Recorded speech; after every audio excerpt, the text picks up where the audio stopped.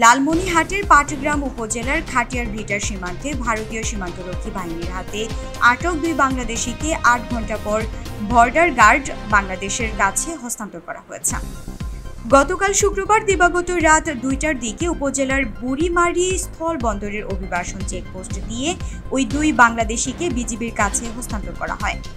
আটক 2 জন হলেন বগুড়ার মহাস্থানের সাজেদুল ইসলাম এবং তার 16 বছর বয়সী ভাগ্নে রিমন। ভাগ্নের বাড়ি পাটগ্রাম উপজেলাতেই। বিজিবির সূত্রে জানা গেছে, গতকাল দুপুরে মামা ভাগ্নে ভারতীয় সীমান্ত লগ্ন একটি চা বাগানের ছবি তুলতে গিয়ে শূন্য রেখা পেরিয়ে ভারতের 20 থেকে 25 গজ ভেতরে চলে যায়। এ সময় বিএসএফ এর সদস্যরা তাদের ধরে নিয়ে যায়।